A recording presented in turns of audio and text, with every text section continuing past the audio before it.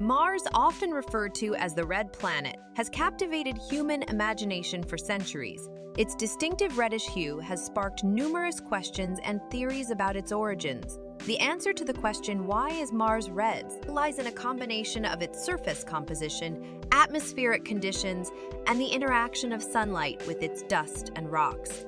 At our first glance, the reddish appearance of Mars might conjure images of a planet covered in a layer of crimson soil or rock. However, the true reason behind its coloration is a bit more intricate. The Martian surface is primarily composed of iron-rich minerals, particularly iron oxide, commonly known as rust. Flames over millions of years, the weathering of rocks containing iron minerals has led to the accumulation of iron oxide particles across the planet's surface. The thin Martian atmosphere plays a crucial role in enhancing the redness.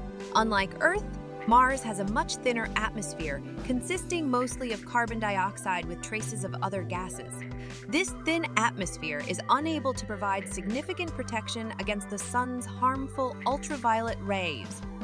As a result, the surface materials, particularly the iron oxide particles, are bombarded by these UV rays, causing them to undergo a process called photochemical oxidation. During photochemical oxidation, the iron oxide particles on the surface of Mars react with the UV radiation from the sun.